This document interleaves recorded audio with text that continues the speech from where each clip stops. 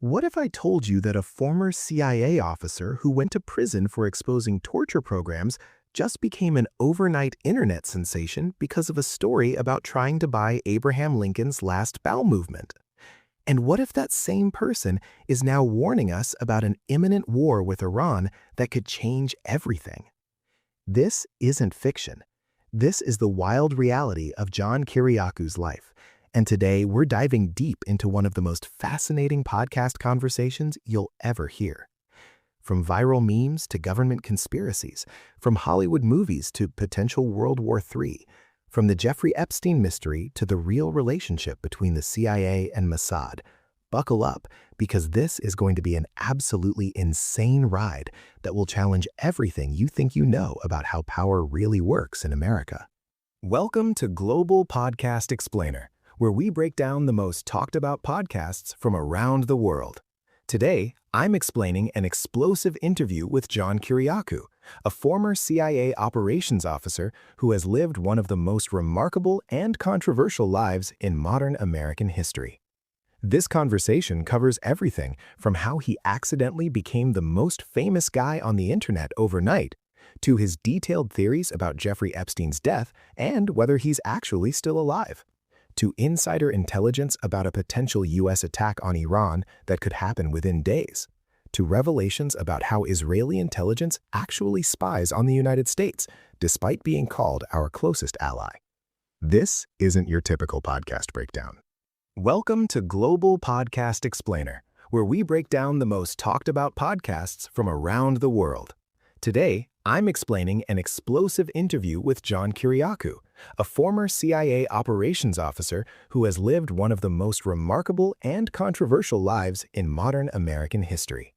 This conversation covers everything from how he accidentally became the most famous guy on the internet overnight, to his detailed theories about Jeffrey Epstein's death and whether he's actually still alive, to insider intelligence about a potential U.S. attack on Iran that could happen within days, to revelations about how Israeli intelligence actually spies on the United States, despite being called our closest ally. This isn't your typical podcast breakdown. This is a masterclass in understanding how intelligence agencies really work, how the media manipulates information on a massive scale, how whistleblowers are treated when they tell uncomfortable truths, and how one man's journey from the CIA to federal prison to Hollywood actor to internet fame reveals truths about power and corruption that most people never get to see. John Kiriakou is not some random conspiracy theorist making wild claims on the internet. He's someone who spent over 14 years working for the Central Intelligence Agency. He was involved in some of the most significant counterterrorism operations after 9/11. He was part of the team that captured Abu Zubaydah, one of the first major al-Qaeda figures taken into custody. He saw the torture program from the inside. He made the incredibly difficult decision to speak publicly about what he witnessed, knowing it would destroy his career and potentially land him in prison. And that's exactly what happened. He was prosecuted under the Espionage Act, spent 23 months in federal prison, and had to rebuild his entire life from scratch. Now he's a podcaster, a writer, a commentator, and apparently a professional Hollywood actor. His story is absolutely wild, and the conversation we're breaking down today touches on so many crucial issues facing America right now. So, let's get into it, and I promise you, by the end of this, you're going to see the world differently. The conversation starts with something absolutely surreal. And it's perfect because it sets the tone for how bizarre and fascinating this entire discussion is going to be. John Kiriakou, this serious former CIA officer who's done genuinely important and dangerous work, is now famous on the internet, not for his intelligence work, not for blowing the whistle on torture programs, not for going to federal prison for his principles, but because of a story about Abraham Lincoln's feces. Yes, you heard that right. Let me say it again, because it's so absurd that it bears repeating. John Kiriakou is currently the most famous guy on certain parts of the internet because millions of people have watched him tell a story about trying to buy what was supposedly Abraham Lincoln's final bowel movement from a museum auction. The host of the podcast opens by telling John that he's like the most famous guy on the internet now, and even says he doesn't recognize John's normal voice because he's so used to hearing the viral clips. John himself is completely bewildered by this. He says, "I don't know how this happened. It just happened, literally overnight." And you can hear the genuine confusion in his voice. This is a man who's been on the inside of some of the most secretive operations in the world, who's been to federal prison, who's testified before Congress, who's written multiple books, and he's confused about why a funny story about poop is what makes him go viral. The host explains that they put up a clip from episodes they recorded together a year ago, and he wants to show John his live reaction to how they edited it. Now, let me give you some context here. During that original podcast recording, about an hour and 20 minutes into the first episode, they start talking about John being a Lincoln collector. This is actually a real thing. John is genuinely fascinated by Abraham Lincoln and collects Lincoln memorabilia. It's a hobby that makes sense for someone who's interested in American history and served his country. But then John, with a completely straight face, drops this bombshell. He tells them about trying to buy Lincoln's last turd. The host at the time is just sitting there turning to the other people in the studio like, is this guy serious? Is this really happening right now? And John just keeps going with the story, completely deadpan, explaining the whole thing in detail. So, when the clips started going viral, the editing team knew they had to make the Lincoln poop story the star of the show. And they did, and it exploded. Let's actually break down this story in detail, because even though it's funny, there's something really interesting about it. John talks about visiting a sideshow museum somewhere in America. These museums are fascinating relics of a different era. They showcase artifacts from circus freak shows from the 1800s, all these weird oddities that used to travel around the country being displayed to curious audiences. People in the 19th century were fascinated by the unusual, the bizarre, the things that didn't fit their normal experience of the world. So these traveling shows would collect all kinds of strange items and charge people to come see them. This particular museum had all kinds of weird stuff hanging on the walls in shadow boxes, and one of them caught John's attention. Inside a shadow box was a dried-out piece of human excrement, and according to the card next to it, this was Abraham Lincoln's final turd. Now, the story attached to this artifact goes like this. On the night of April 14, 1865, Abraham Lincoln arrived at Ford's Theater in Washington, D.C. to watch a play called Our American Cousin. But before he took a seat in the presidential box, nature called. So Lincoln went to the men's room and used a chamber pot, which is how people relieve themselves before modern indoor plumbing. He took care of business, then went back to the theater to watch the play.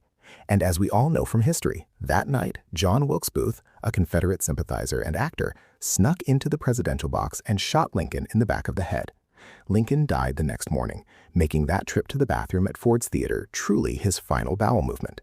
According to the museum story, somebody working at the theater had the presence of mind to preserve this historical artifact. Now, John is clearly being somewhat sarcastic when he talks about someone having the presence of mind, because on one level, it's absurd. Why would you preserve someone's feces? But on another level, people have always been obsessed with relics and artifacts from important historical figures. There are museums full of objects that belong to famous people. Hair clippings from famous people used to be collected and treasured. Pieces of clothing from executions were sold as souvenirs. So in the weird logic of historical relic collecting, I guess preserving Lincoln's last poop isn't that much stranger than some of the other things people have done. John, being a Lincoln collector and clearly someone with an interesting sense of humor, becomes genuinely interested in acquiring this item.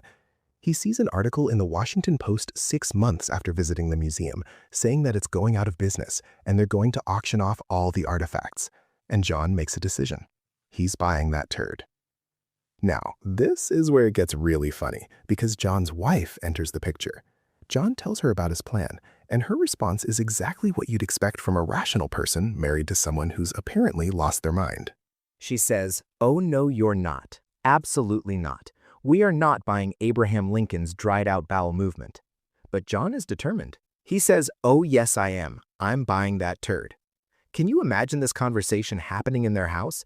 This former CIA operations officer, serious government official, explaining to his wife why they need to spend their money on what's supposedly a 160-year-old piece of poop. John admits that he and his wife actually had strong disagreements about this, which is such a great detail because it makes the whole thing so human and relatable. Even though John has lived this extraordinary life, doing things most of us can't even imagine, he still has the same kind of silly disagreements with his spouse that everyone has. So they go to the auction together, presumably so his wife can try to talk some sense into him when the bidding starts. John tops out his bid at $1,200. That's a significant amount of money to spend on what might be an historical artifact or might just be an old piece of poop. But someone else at the auction is even more determined or has more money to spend because the bidding keeps going. The item ends up selling for $5,000. $5,000 for what turns out to be a very expensive lesson in authentication and provenance. Here's where the story takes its best turn. The guy who won the auction with his $5,000 bid apparently had more money than sense, but at least he was smart enough to want verification. So he sends this artifact to some company that does DNA analysis. These companies can test old biological material and determine all kinds of information about it. They can tell you whose DNA it contains, what the person ate, what their health was like, all kinds of fascinating scientific information. But what they found in this case was not encouraging. The analysis revealed microscopic bits of Necco wafer candy embedded in the sample. Now, for those who don't know, Necco wafers are those chalky candy discs that come in rolls, different pastel colors, and they taste kind of like flavored chalk. They're a very specific American candy. And here's the problem that absolutely destroys the authenticity of this supposed Lincoln artifact. Necco wafers, despite being a very old candy by American standards, weren't invented until 1912. Abraham Lincoln died in 1865. That's a 47-year gap. Unless Abraham Lincoln had access to time travel and brought future candy back with him to 1865, this could not possibly be his feces. So, what the DNA analysis revealed is that some random person, probably in the early 1900s, left this biological sample, having recently eaten some Necco wafers. And then somehow, through the weird world of freak show artifacts and traveling museums, this random person's poop got labeled as Lincoln's final turd and ended up being preserved and displayed and eventually sold at auction for $5,000. John didn't get the artifact, thankfully for his marriage and his bank account, but he got something better. He got an amazing story that decades later would make him internet famous. And the guy who spent $5,000 learned an expensive lesson about provenance and authentication. Never buy historical artifacts without proper verification, especially when those artifacts are literally pieces of shit. Now, here's what makes this story work so well on the internet, beyond just the obvious humor of it. First, John tells it with complete deadpan seriousness. He's not mugging for the camera or trying too hard to be funny. He's just recounting this absurd thing that happened in his life with the same matter-of-fact tone he probably used to give briefings at the CIA. That contrast between the serious delivery and the ridiculous content is comedy gold. Second, it reveals something authentic about John's character. He's willing to tell embarrassing stories about himself. He doesn't take himself too seriously, despite having worked in one of the most serious institutions in the world. He can laugh at his own obsessions and mistakes. And that kind of authentic, self-deprecating humor is rare and refreshing, especially from someone with his background. Third, it's the kind of story that gets better the more you think about it. On first listen, it's just funny that someone tried to buy Lincoln's poop, but then you start thinking about all the layers. The museum displaying it in the first place, the fact that people visited this museum and looked at this supposed artifact, the auctioneer having to sell it with a straight face, the guy who bought it for $5,000, the scientists who had to analyze poop for a living and had to deliver the bad news about the Necco wafers. Every part of it is absurd, and it builds into this perfect comedy of errors. Fourth, and this is crucial, the internet loves this kind of content. It's weird enough to be memorable, short enough to clip easily, funny enough to share, and features a character who's genuinely interesting beyond just this one story. So people share the clip, it spreads, and suddenly millions of people know who John Kiriakou is. The host mentions that Black Twitter specifically has embraced John, with people saying things like, "Yo, this dude John is crazy. Yo, this man out here just saying straight facts, but it's wild, and I'm dying reading this stuff." And John just doesn't understand why it happened overnight. He's genuinely bewildered by the viral fame. The host has to explain to him that, yes, John, 15 million views on something is really good. And John is just like, okay, and moves on with his life. This disconnect between John's self-perception and how the internet sees him is absolutely fascinating. Here's a guy who has done genuinely important, world-changing things. He was involved in the capture of Abu Zubaydah, a major terrorist suspect. He blew the whistle on CIA torture programs, which was an act of conscience that cost him everything. He went to federal prison for 23 months for doing what he believed was right. He's written multiple books exposing corruption and abuse within the intelligence community. He's testified before Congress. He spent decades in dangerous intelligence work that most people can't even imagine. But what makes him go viral? What makes millions of people suddenly know his name? A story about trying to buy Abraham Lincoln's poop. This tells us something profound about how information spreads in the modern age. Serious, important information often gets ignored or suppressed. It's too heavy, too complicated, too depressing, or too threatening to powerful interests. But a wild, entertaining story, that spreads like wildfire. It's shareable, it's accessible, it's fun to talk about. And maybe, just maybe, once people come for the funny story, they stay for the important information. That might be exactly what's happening with John's sudden internet fame. People click on a video because they see a thumbnail about Lincoln's poop, but then they discover that this guy has incredibly valuable insights about intelligence agencies, government corruption, torture, whistleblowing, and geopolitics. The viral fame becomes a Trojan horse for actually important information. This is actually a brilliant, if unintentional, strategy for getting important messages out to a mass audience. You can't just lecture people about CIA torture programs. They'll tune out. But if you can make them laugh first, if you can show them you're a real human being with quirks and flaws and a sense of humor, then they might stick around for the serious stuff. John didn't plan this. It just happened organically through the weird alchemy of internet virality. But it's effective, and it's exactly what the world needs right now. We need voices like John's reaching mass audiences. And if funny stories about historical poop are what it takes to make that happen, then so be it. The conversation then shifts to what John has been up to since the last time he appeared on this podcast. And this is where things get really interesting. John has a great friend named Terrell Vento, who is Jesse Ventura's son.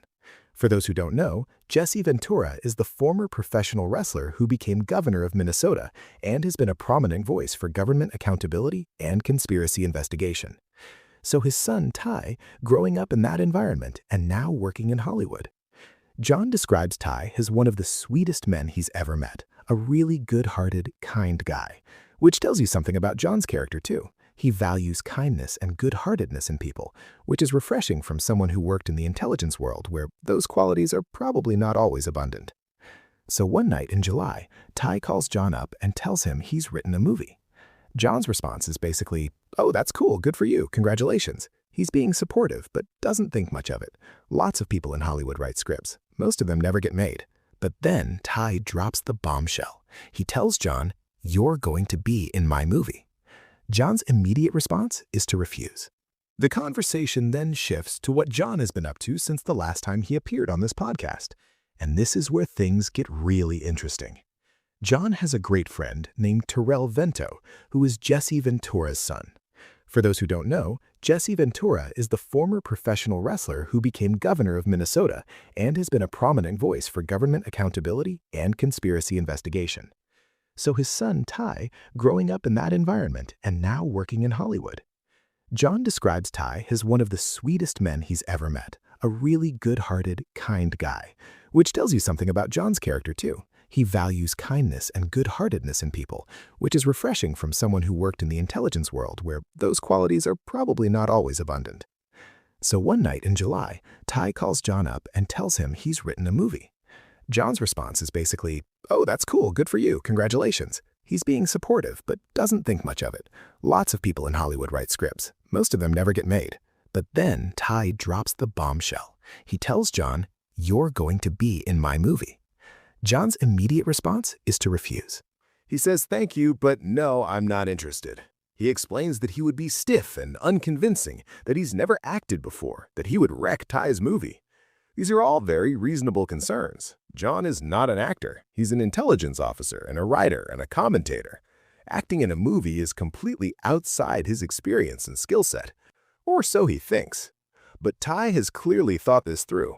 He points out something really clever. He says, "But you've been acting every day of your career when you were with the CIA." And this is actually a brilliant observation that reveals something profound about intelligence work. CIA operations officers are essentially professional actors. They have to create and maintain cover identities, sometimes for years at a time. They have to convincingly play roles. They have to lie to people's faces while seeming completely sincere. They have to control their body language, their facial expressions, their tone of voice. They have to stay in character even under stress or questioning. All of that is acting. It's method acting of the highest order, because the stakes aren't just a bad review, they're potentially your life or the success of critical operations. When you think about it that way, John has been training as an actor his entire career. He's just never done it in front of a camera with a script written by someone else. But the fundamental skills are the same, and Ty understood this.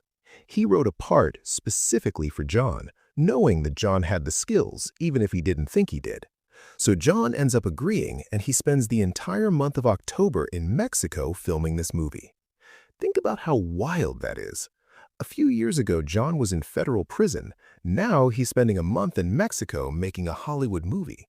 Life is strange and unpredictable, and John's life may be more than most. The filming experience gives John a newfound respect for actors. He talks about how everyone else in the film was incredible, how he would stand there just off camera watching them in awe of their ability to do the same scene 8, 10, 12 times and be compelling every single time.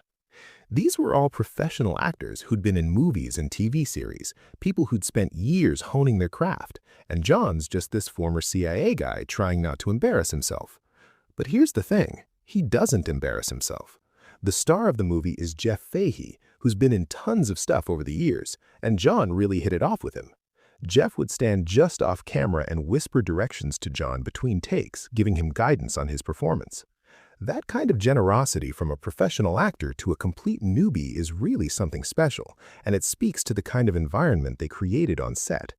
With Jeff's help and his own instincts and skills from his intelligence career, John manages to be believable enough that when they watch the first cut of the film, his reaction is genuine surprise. He says, "This movie is actually good, like I would go to the theater to watch it." That's high praise from someone who was so reluctant to be involved in the first place. And honestly, that's probably the best kind of endorsement. If someone who didn't want to be in the movie and doesn't have an actor's ego thinks the final product is actually good, it probably really is good. So what's this movie about? The plot is fascinating and very relevant to current cultural and political debates. It's about the richest guy in the world who's a cross between Elon Musk and Eric Prince. For context, Elon Musk is obviously the tech billionaire who runs Tesla and SpaceX and bought Twitter, and Eric Prince is the founder of Blackwater, the private military company that was involved in controversial operations in Iraq. So imagine a character who has Musk's wealth and public profile and Prince's military and intelligence connections. That's already an interesting character. But here's where it gets more complex. This billionaire character has a son who has transitioned and become his daughter, and they're estranged because of it. This is clearly touching on one of the most contentious cultural issues of our time, the relationship between parents and transgender children, and how those relationships can be strained or broken by lack of acceptance. So you've got this incredibly powerful billionaire who's alienated from his own child over issues of identity and acceptance, and now he's dying. He hasn't told anybody publicly, but he's dying of liver cancer. So he's facing his own mortality, dealing with this estrangement from his child, and he decides to tell his story. But rather than just writing a memoir or doing one big interview, he invites two people to come hear his story. He invites the country's preeminent left-wing podcaster and the country's preeminent right-wing podcaster. So you've got representatives from both ends of the political spectrum, both trying to get this billionaire's story, both trying to shape how it gets told to the public. They're competing with each other over narrative control. One of them falls apart during the process, can't handle it, or makes mistakes. The other one gets it done, successfully gets the story, and gets to shape how this powerful man is remembered. And John's character in all of this? He's the director of the billionaire's security detail. He's a former CIA operations officer, so essentially, John is playing a version of himself, or at least a version of what he might have become if he'd stayed in the intelligence world and gone into private security work. The host jokes that John had to play a bit of a tough guy, and John confirms he had to play an asshole. The character is an asshole and a liar, so John's acting his first professional role, and it's as an antagonistic character. That's actually probably smart, because playing against type or playing a villain can be easier than playing a straightforward good guy. You have more room to make bold choices. There are clips from the movie that are also making the rounds online now, and from what people are saying, John actually pulls it off. The natural authority he carries from his real-life experience translates well to the screen. When he's playing a former CIA officer turned security director, he doesn't have to fake the bearing or the way of speaking or the confidence. He lived that world for years. He knows how those people move and talk and think. So even though he's not a trained actor, he brings authenticity to the role that someone without his background couldn't match. The fact that John is now a member of the Screen Actors Guild is just wild. SAG is the union for professional actors, and you can't just join. You have to meet certain criteria and have done professional work. So John has now officially crossed over from the intelligence world to the entertainment world. The host makes a joke about how a CIA guy being in SAG isn't suspicious at all, which is actually a pretty funny observation. The intersection of intelligence and Hollywood is well documented. The CIA has had relationships with Hollywood for decades, consulting on films, shaping narratives, sometimes directly funding or influencing productions. There are entire books written about how intelligence agencies use entertainment as a soft power tool and a way to shape public perception. So John joining SAG as a former CIA officer isn't as random as it might seem. There's a long history of that intersection. But for John specifically, this Hollywood detour in his life is interesting for several reasons. First, it shows how permeable the boundaries are between different worlds. You can go from intelligence to prison to media to entertainment, and while that path is unusual, it's possible. Second, it gives John a new platform and a new audience. People who would never listen to a podcast about CIA torture programs might watch an entertaining thriller and then get curious about the real guy playing the security director. They might look him up, find his other work, and suddenly be exposed to information and perspectives they wouldn't have sought out otherwise. Third, it's a form of rehabilitation and redemption for John.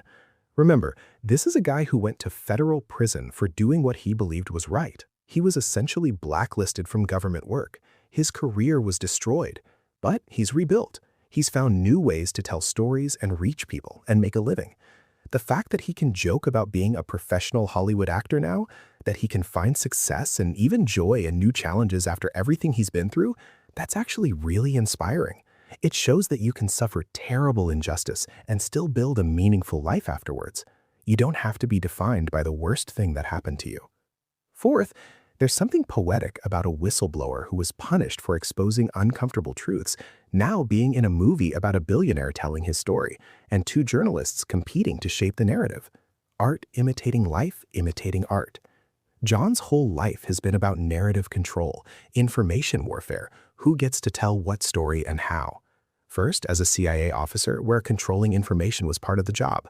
Then as a whistleblower, trying to get truth out against institutional opposition. Then as a prisoner and formerly incarcerated person trying to reclaim his narrative and reputation. And now as an actor in a film about those exact themes. It all connects. The universe has a sense of humor, and occasionally a sense of irony. But now we need to talk about the serious stuff, the stuff that really matters beyond Hollywood and viral memes. We need to talk about Jeffrey Epstein, and John has some genuinely chilling theories about what really happened. This is where the conversation gets dark and disturbing, but it's critically important. The host asks John a hypothetical question. If you were tasked with making the world believe that Jeffrey Epstein was dead and getting him out of that prison without anyone knowing, to wherever he's going to go to get facial surgery and live out his life, how would you do it? John's answer is immediate and specific. He doesn't hesitate or need to think about it. He says, you would take out the body, Whether it's a body double or made out of silicone or whatever, take it out in full view of everybody. That's how you do it. Let as many people as possible see this body so that reasonable people can agree to disagree about whether it's real or not. The key insight here is that you don't actually need to convince everyone. You just need to create enough plausible deniability, enough confusion, enough room for reasonable disagreement that no one can definitively prove it's fake. If you try to hide everything, if you're too secretive about it, that creates suspicion. But if you do it openly, if you let people see, if you create a situation where some people will believe it's real and some won't, but neither side can absolutely prove their case, then you've successfully muddied the waters enough to get away with it. And here's the absolutely chilling part. John says they did do that. This isn't John speculating about some hypothetical scenario. He's pointing out that the way Epstein's death and the removal of his body was handled matches exactly what an intelligence operation would do if they were trying to fake someone's death and extract them. Think about what we know about the circumstances surrounding Epstein's death. He was in the Metropolitan Correctional Center in New York, which is supposed to be a high-security federal facility. He was facing charges of sex trafficking of minors. He had already allegedly attempted suicide once before, or at least that's what we were told. After that first alleged attempt, he was supposed to be on suicide watch, which means constant monitoring, removal of anything he could use to harm himself, psychological evaluation, the whole protocol. But then, mysteriously, he was taken off suicide watch. Why? Who made that decision? What was the justification? These questions have never been satisfactorily answered. The guards who were supposed to be checking on Epstein every 30 minutes, that's the standard protocol, were allegedly sleeping, both of them, at the same time, during the exact window when Epstein supposedly hanged himself. And not only were they sleeping, but they falsified the records afterwards to make it look like they had been doing their checks. This is documented. They were actually charged with falsifying records. But here's the thing. If they were sleeping and not doing their jobs, that's one level of incompetence or corruption. But if they were told to sleep, if they were ordered to not check on Epstein during a specific window of time, that's something completely different. That's not negligence. That's conspiracy. The security cameras that should have captured Epstein's cell malfunctioned. Not just one camera, but multiple cameras, all at the same time, during the exact time period when Epstein supposedly died. What are the odds of that? Security systems are designed with redundancy, specifically to prevent this kind of failure. The whole point is that if one camera fails, others are still recording. But somehow, all the cameras that could have shown us what actually happened in Epstein's cell that night failed simultaneously. Epstein's cellmate had been transferred out shortly before the alleged suicide. So Epstein was alone in his cell, which is supposedly against protocol for someone who's a suicide risk. But someone decided to transfer the cellmate and leave Epstein alone. Again, who made that decision? What was the justification? Why was it done right before this happened? The autopsy showed injuries that some experts said were more consistent with strangulation than with hanging. Specifically, there were broken bones in Epstein's neck that are more commonly seen in homicide by strangulation than in suicide by hanging. The medical examiner who conducted the autopsy ruled it a suicide, but a forensic pathologist hired by Epstein's brother disputed that conclusion and said the evidence pointed to homicide. So even the medical evidence is contested and unclear. And then there's how Epstein's body was handled after death. It was photographed and transported in a way that allowed just enough visibility for people to say they saw it, but not enough for any definitive verification or independent examination. The photographs that circulated looked kind of like Epstein, but weren't clear enough to be certain. The body was quickly claimed and buried in an unmarked grave in Florida. Why unmarked? Why the rush? Why no public viewing or independent verification? Every single one of these circumstances, looked at individually, could potentially be explained as coincidence or incompetence. But all of them together? All happening at the same time?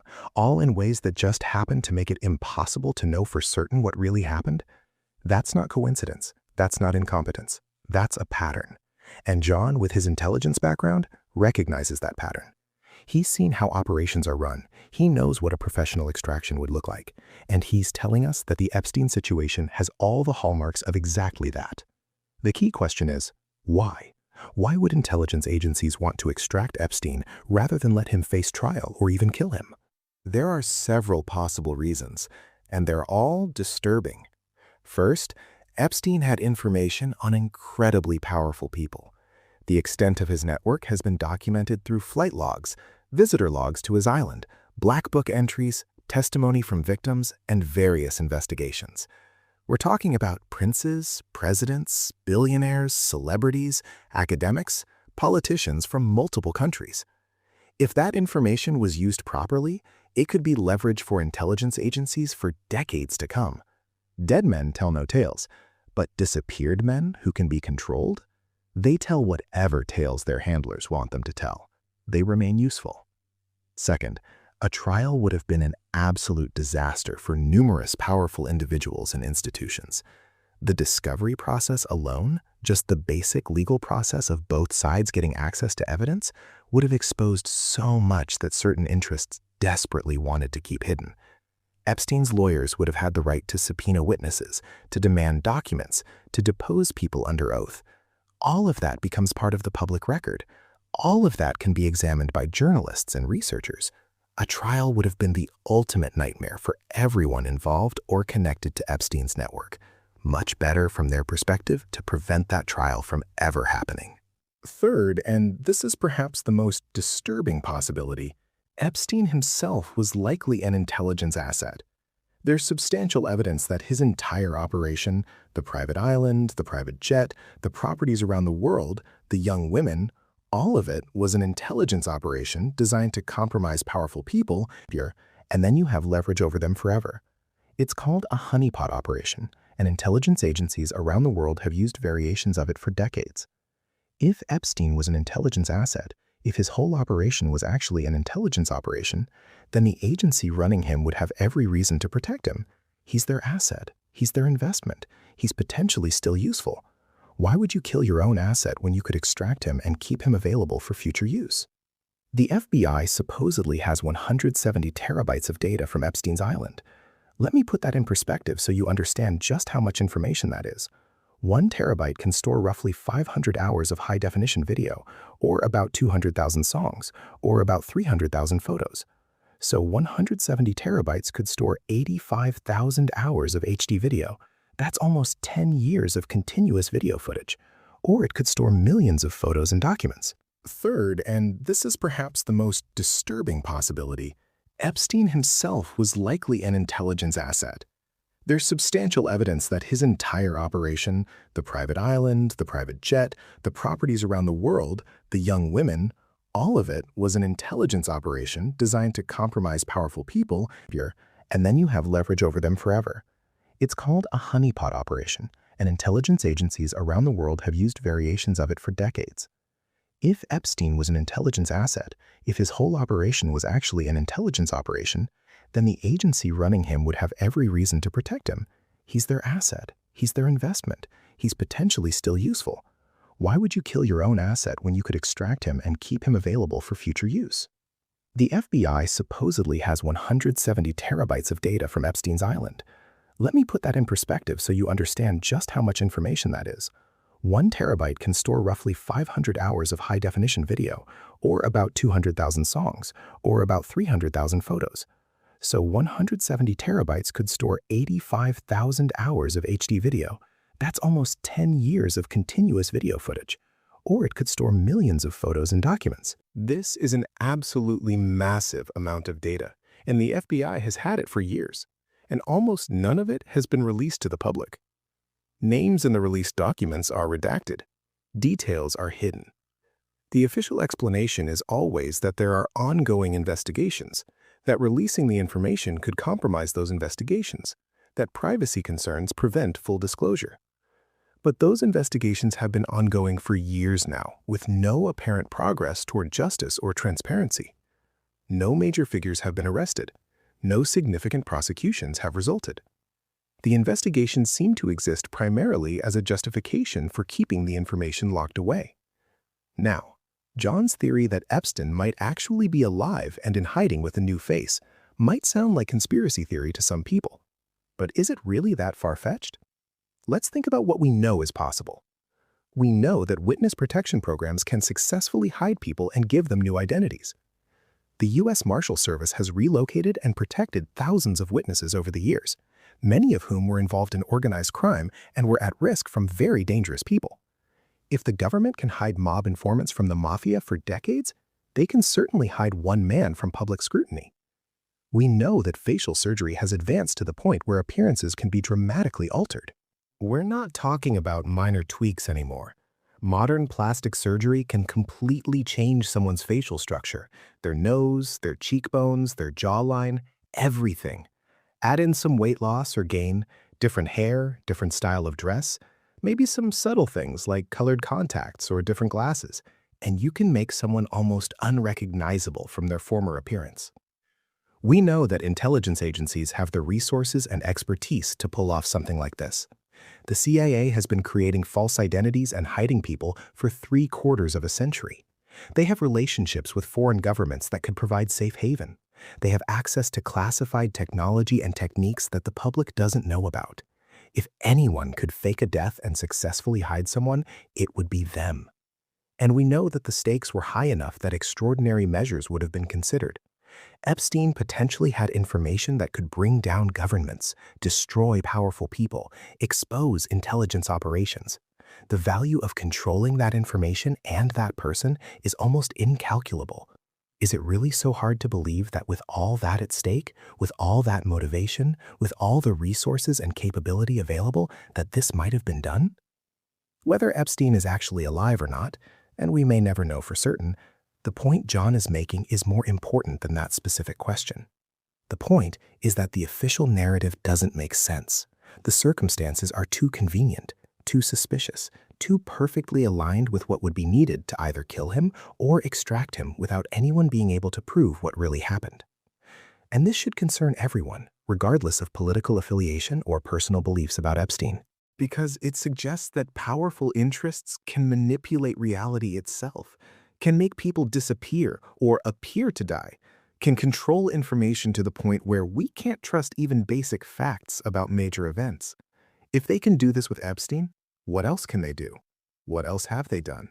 How many other official narratives about major events are actually carefully constructed lies? These aren't paranoid questions. These are reasonable questions that anyone who looks at the Epstein case with clear eyes should be asking. And John, with his insider knowledge of how intelligence operations work, is in a unique position to help us understand what questions to ask and what patterns to look for. Now, let's talk about John's own story, because it's absolutely crucial to understanding why his voice carries the weight that it does. This isn't just some guy speculating about government conspiracies. This is someone who was on the inside, who saw how the system really works, who made the choice to speak out despite knowing the personal cost, and who paid that cost in full. John Kiriakou joined the CIA in 1990. Think about that timing. The Cold War was just ending, the Soviet Union was about to collapse, and the CIA was transitioning from its Cold War focus to new challenges and threats. John spent over 14 years working as an operations officer for the agency. That's not some desk job pushing papers. Operations officers are the people doing human intelligence work, recruiting assets, running sources, conducting operations in foreign countries, often in dangerous situations. For most of his career, John's work was classified, and he couldn't talk about it. He was living cover identities, recruiting foreign agents to betray their countries, gathering intelligence that was used to inform policy decisions at the highest levels. He was successful at it too. He rose through the ranks, got good assignments, was trusted with important operations. But then 9/11 happened, and everything changed. The CIA's focus shifted almost entirely to counterterrorism, and John was part of that shift. He was involved in operations targeting Al-Qaeda and other terrorist groups. In March 2002, John was part of the team that captured Abu Zubaydah in Pakistan. Abu Zubaydah was believed at the time to be a high-ranking Al-Qaeda member, though that assessment was later questioned. But at the time, this was considered a major success, one of the first big captures of a suspected Al-Qaeda operative after 9/11. But what happened after that capture is what changed John's life and ultimately led to his imprisonment. Abu Zubaydah was taken to a CIA black site, one of the secret prisons the agency was operating in various countries around the world. And there, he was subjected to what the CIA called enhanced interrogation techniques. Techniques like waterboarding, which simulates drowning, sleep deprivation, which can cause psychological breakdown, stress positions, which cause extreme physical pain, confinement in small boxes. The list goes on. These techniques were developed by psychologists working for the CIA who claimed they were based on resistance training from the U.S. military's SARE program, which stands for Survival, Evasion, Resistance, and Escape. But there was a crucial difference. SARE training is designed to help American soldiers resist interrogation if they're captured. It's voluntary, it's carefully monitored, and it can be stopped at any time if it becomes too much. The CIA's program was involuntary. It was being done to people who had no rights or protections, and it was continued even if the person broke down completely. What the CIA was doing was torture. They didn't want to call it that because torture is illegal under US and international law, so they came up with euphemisms like enhanced interrogation. But strapping someone to a board and pouring water over their face until they think they're drowning, that's torture. Depriving someone of sleep for days until they start hallucinating, that's torture. Keeping someone in a box so small they can't stand up or lie down, that's torture. And John came to believe it was wrong. Not just legally wrong, though it was that, but morally wrong. And he also came to believe it was ineffective. The intelligence they were getting from tortured detainees was unreliable. People will say anything to make the pain stop. They'll give false information if that's what they think their interrogators want to hear. So not only was the CIA committing torture, it was doing it in pursuit of information that wasn't even reliable. This was a crisis of conscience for John. He had spent his whole career serving his country. He believed in the mission of the CIA. He had risked his life doing dangerous work. But now he was seeing his own agency doing things that violated American values, international law, and basic human decency. So, in 2007, John made a decision that would change his life. He agreed to do an interview with ABC News, where he discussed the CIA's use of waterboarding. He didn't reveal classified information about ongoing operations. He didn't compromise sources or methods that were currently in use. He spoke about interrogation techniques that had already been widely reported on, that had been discussed in major newspapers, that were already part of the public conversation. But he spoke about them from a position of first-hand knowledge. He confirmed that yes, waterboarding had been used. Yes, it was terrible. Yes, he had come to believe it was wrong. He put a human face and insider confirmation on something that the government had been trying to deny or minimize. The backlash was immediate and severe. The CIA was furious. The Bush administration was furious. Here was one of their own officers speaking publicly about a program they wanted to keep secret. Never mind that the program was illegal and immoral. Never mind that the American people had a right to know what was being done in their name. Never mind that John was acting out of conscience and a belief in American values. The government wanted him silenced and punished, so they prosecuted him under the Espionage Act. Let that sink in for a moment. He had risked his life doing dangerous work. But now he was seeing his own agency doing things that violated American values, international law, and basic human decency.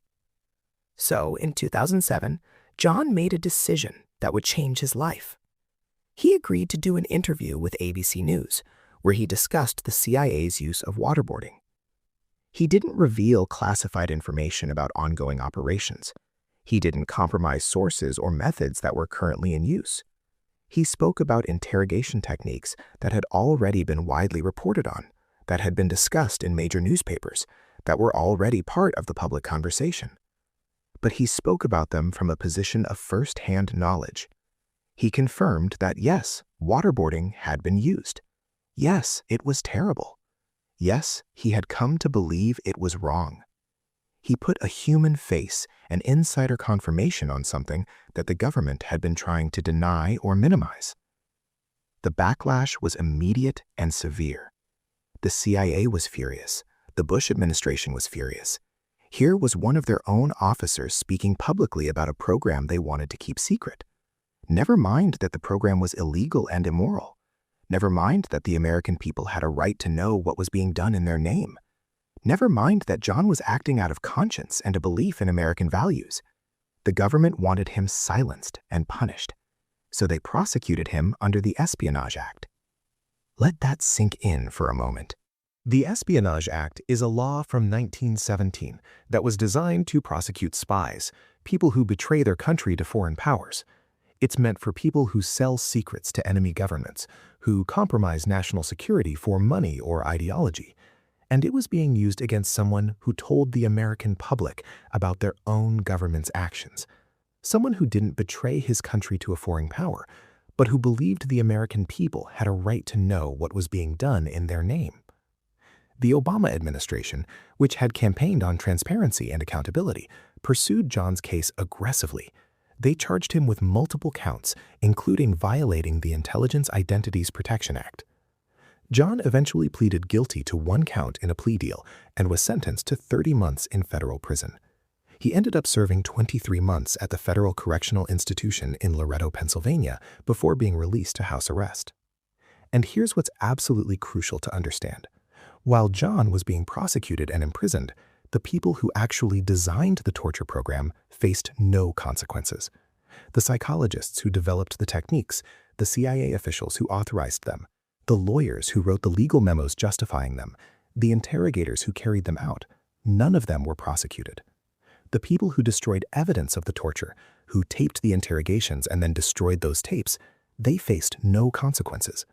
The people who lied to Congress about the program, claiming it wasn't happening or wasn't as bad as reported, they faced no consequences. Only the person who told the truth went to prison. Only the whistleblower who acted out of conscience paid the price. This is the system that John is speaking from. He's not some outsider speculating about corruption.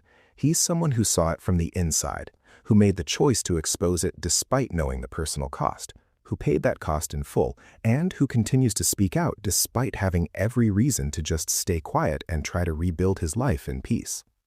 When John talks about how intelligence agencies operate, about how information is controlled, about how powerful interests protect themselves while punishing dissenters, he knows exactly what he's talking about because he lived it. He has the scars to prove it. And that's why his voice matters so much. That's why when he says something like Epstein was probably extracted by intelligence agencies, we should listen. That's why when he warns about an impending war with Iran, we should take it seriously. Because he's been right before, even when being right cost him everything. The conversation then shifts to discussing the relationship between the CIA and Mossad, which is Israel's intelligence agency. This is a topic where there's an enormous amount of misinformation and conspiracy theories, so it's incredibly valuable to hear from someone who actually worked at the CIA and understands the real dynamics of this relationship. The host mentions that people will often say CIA equals Mossad, Mossad equals CIA. They're just two sides of the same coin, basically the same organization working toward the same goals. It's a common belief in certain circles that the CIA and Mossad are so closely aligned that they might as well be one agency. And John's response to this is immediate and unequivocal. He says it's simply not true. That's a statement made out of ignorance. Now, this is interesting because John isn't saying there's no relationship between the two agencies. There obviously is. The United States and Israel do cooperate on intelligence matters. They share information. They sometimes coordinate operations. There are liaison relationships and regular communication. But John is pushing back hard against this idea that they're essentially the same organization or that they work in perfect harmony with identical interests, because that's not how it works at all. John explains that yes, the US and Israel have a close operational relationship in certain areas. If there's intelligence about a terrorist threat that affects both countries, they'll share that information. If there's a situation where coordination makes sense, they'll coordinate. But that's very different from being two peas in a pod, as the host put it. John points out that the relationship the United States has with the Five Eyes countries, that's completely different. The Five Eyes alliance consists of the United States, United Kingdom, Canada, Australia, and New Zealand. This is an intelligence sharing partnership that goes back to World War II and has been formalized and expanded over the decades. With those countries, intelligence sharing is deep and extensive. They have access to each other's systems, they coordinate on collection priorities, they trust each other with sensitive sources and methods. Why? Because they're seen as having fundamentally aligned interests, shared values, common goals. They're all English-speaking democracies with similar legal systems and cultural traditions. They fought together in World War II and have been allies ever since. The level of integration between these 5 countries' intelligence agencies is remarkable and in many ways unprecedented. Israel is not part of that club. The relationship with Israel is different, more transactional, more limited, and frankly, more adversarial than most Americans realize. And here's where John drops a bombshell that should be shocking, but probably won't be to people who've been paying close attention. He reveals that at the CIA, Israel was ranked as a critical threat for counterintelligence. Let me repeat that because it's so important. Israel was ranked as a critical threat for counterintelligence. And what other countries were in that category? Russia, China, Cuba, and North Korea. Think about that for a moment. America's supposedly closest ally in the Middle East, the country that receives billions of dollars in U.S. military aid every single year, the country that American politicians fall over themselves to express support for, is considered by the CIA to be a critical counterintelligence threat on the same level as America's major geopolitical rivals. What does that mean in practice? It means the CIA considers Israel to be actively working to steal U.S. secrets and compromise U.S. intelligence operations. It means that protecting American intelligence from Israeli penetration is considered one of the highest priorities. It means that Israel is not trusted, despite all the public rhetoric about unbreakable bonds and shared values. John states it plainly: the Israelis are not our friends. They actively recruit Americans to spy on Israel's behalf, to betray the United States. This isn't speculation or conspiracy theory. This is an assessment from someone who worked in U.S. intelligence and saw this dynamic firsthand. There are documented cases of Americans who've been caught spying for Israel. Jonathan Pollard is probably the most famous case. He was a U.S. Navy intelligence analyst who passed classified information to Israel in the 1980s. He was caught, convicted, and spent 30 years in prison before being released. The damage he did to U.S. national security was enormous. And he wasn't some lone exception. There have been other cases, some public, some not. And those are just the ones who got caught. The FBI and CIA assume there are others who haven't been identified yet. Israel runs active intelligence operations against the United States. They recruit sources in the U.S. government, in the military, in the intelligence community. They target people with connections to classified information. They use ethnic and religious ties to create loyalty that competes with loyalty to the United States.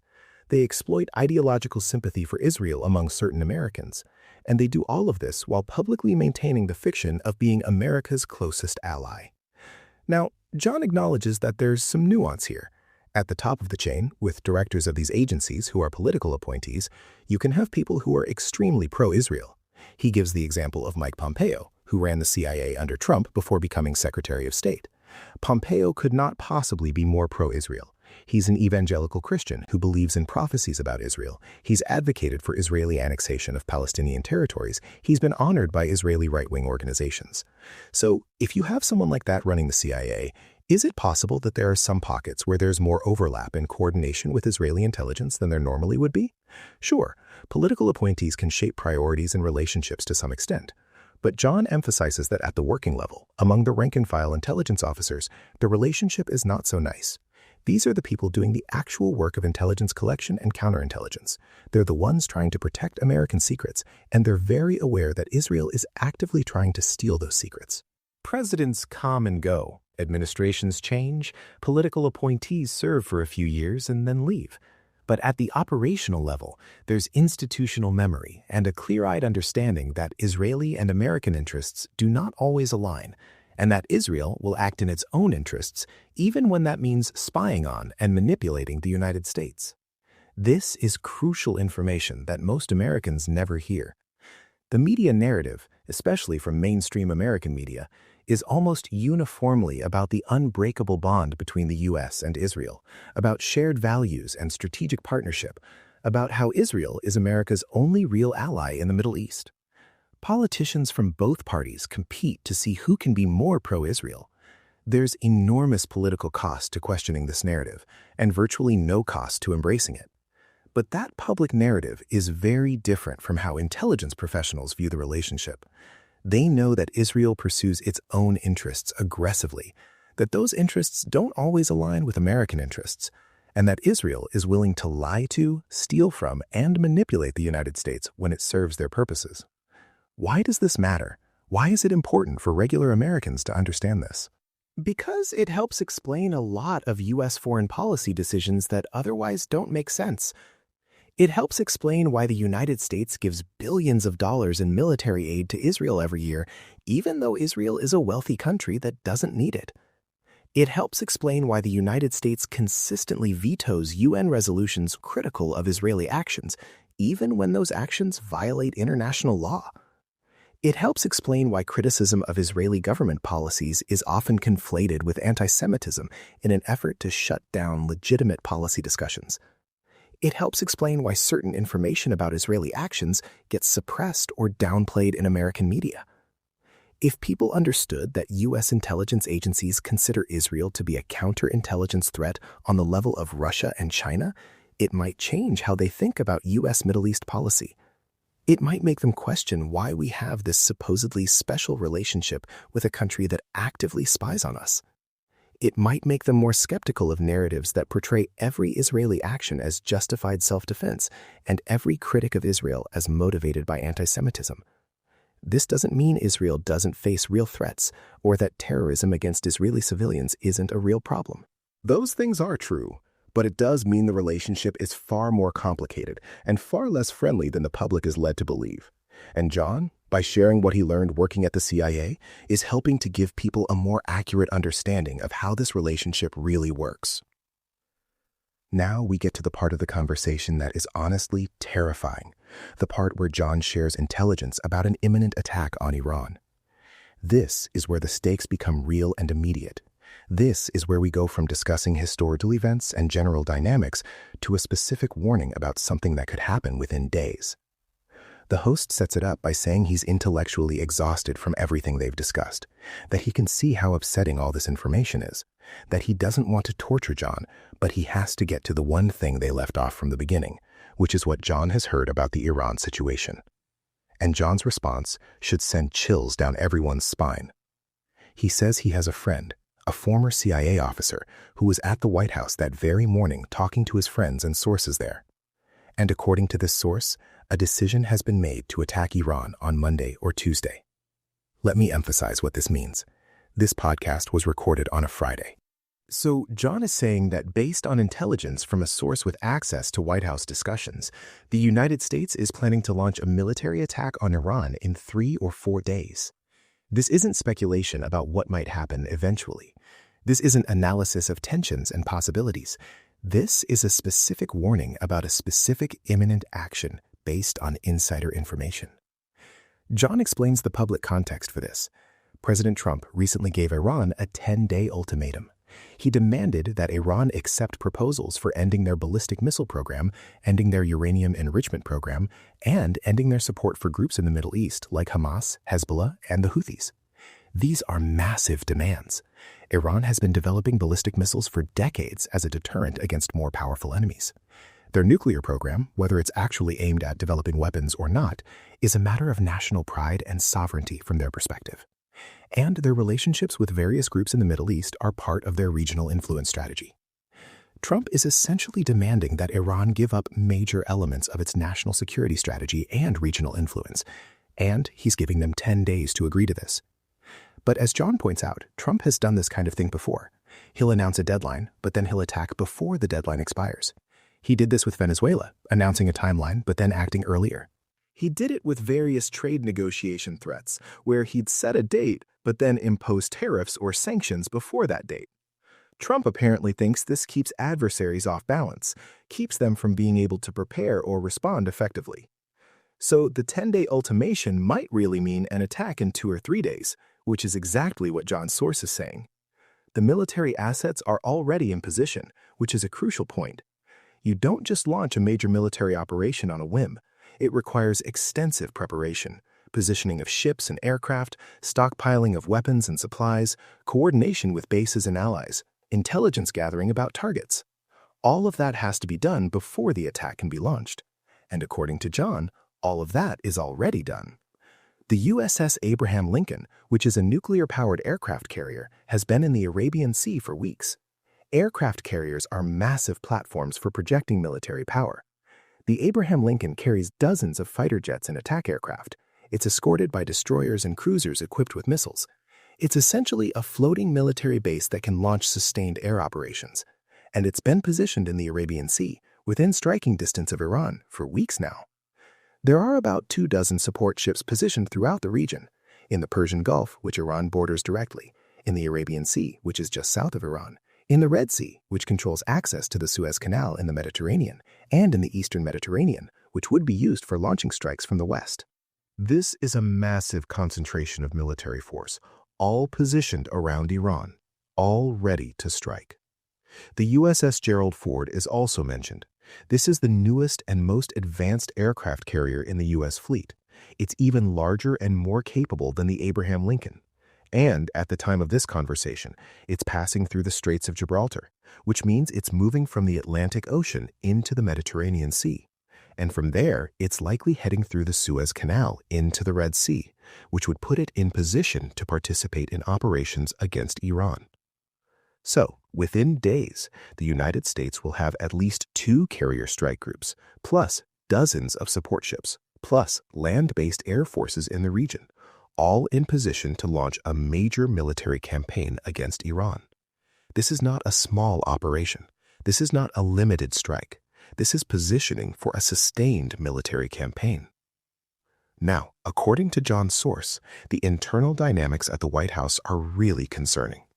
The anti-war forces, the people arguing against attacking Iran, are J.D. Vance and Tulsi Gabbard. That's it. Just 2 people in the administration are trying to prevent this war. J.D. Vance is Trump's vice president. He's been somewhat skeptical of foreign interventions, has argued that America should focus more on domestic problems. Tulsi Gabbard is the director of national intelligence, and she's been consistently anti-interventionist throughout her career. She's a combat veteran who's seen war firsthand and understands its costs. But it's just the 2 of them, according to this source, arguing against war. Everyone else is either pro-war or not speaking up. The pro-war faction is led by Marco Rubio and includes Pete Hegseth and now the Joint Chiefs of Staff. Marco Rubio is the Secretary of State, and he's always been very hawkish on Iran, very supportive of Israeli policies, very much in favor of aggressive American military action in the Middle East. Pete Hegseth is the Secretary of Defense, and while he has some unconventional views on certain things, on Iran he's apparently aligned with the Hawks. But the really concerning part is the Joint Chiefs of Staff being pro-war. John stops on this point because historically, during the Iraq War, the Joint Chiefs of Staff were the most stridently anti-war voices in government. They were the last ones who wanted to attack. Why? Because they actually understand what war means. They've lived it, they've served in combat, they've seen friends die. They know that war isn't some abstract policy decision or geopolitical chess move. It's blood and death and suffering and chaos. It's young men and women being killed and maimed. It's families destroyed. It's trauma that lasts generations. The generals who've actually experienced combat tend to be the most cautious about starting wars. They know what they're ordering soldiers to do. But apparently, in this administration, the Joint Chiefs are pro-war. How is that possible?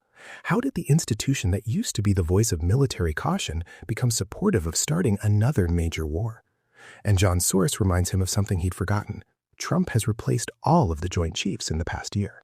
Every single 4-star general who had worked their way up through the ranks over decades, who had served under Biden, who had been appointed based on merit and experience, Trump fired all of them. And he replaced them with people he knew would be politically loyal. This is absolutely crucial to understand. The military is supposed to give the president honest advice. Generals are supposed to tell the president the truth about what's feasible, what the costs will be, what the risks are. They're supposed to push back against bad ideas. That's their job. But when you fire everyone and replace them with political loyalists, you don't get honest advice anymore. You get people telling you what you want to hear. You get yes men who will support whatever the president wants to do because their careers depend on staying in his good graces. This is how you end up with Joint Chiefs who are pro-war, when historically that's the institution that's most cautious about military action. This is how you end up with catastrophic decisions that ignore military reality. This is how you end up with disasters like Vietnam or Iraq.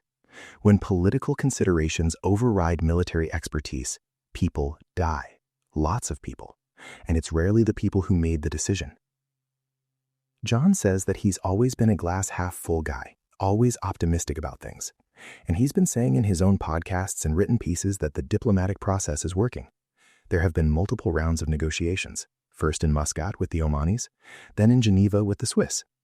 Both sides came out of both rounds saying the meetings were productive, that progress was being made, that there's a path forward. The Omanis in particular are really good at this kind of mediation.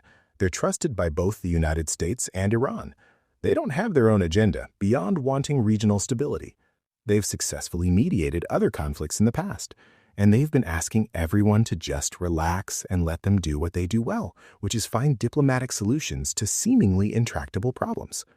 But John now thinks none of that really matters.